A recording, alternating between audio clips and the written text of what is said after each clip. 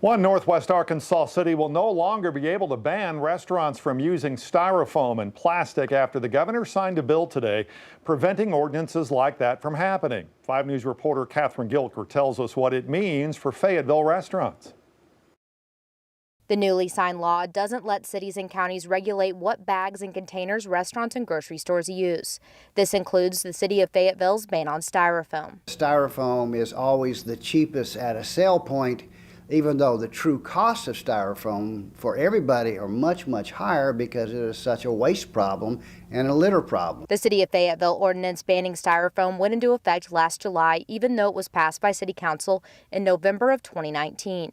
City Attorney Kit Williams says they wanted to give restaurants enough time to use up their styrofoam and find an alternative. Then they delayed it because of the pandemic. I hope that most of our restaurants will continue doing what they have learned to do, and they have found suppliers, so it's all working out well for them. This new law will not go into effect until 90 days after this legislative session ends, so it'll likely be later this summer before restaurants have the option to switch back to using styrofoam. At Sassy's Red House, they started using plastic alternatives to styrofoam before the ban went into place for to-go orders, but still liked to have styrofoam on hand for people wanting to take home leftovers. Owner Alan Brummett says using plastic containers cost about 3 times as much as styrofoam. Whenever you consider how much to go a lot of us are doing with everybody kind of getting used to the convenience of having delivery services, it's gotten where we feel like we're going to have to add on a fee for somebody getting something to go because it's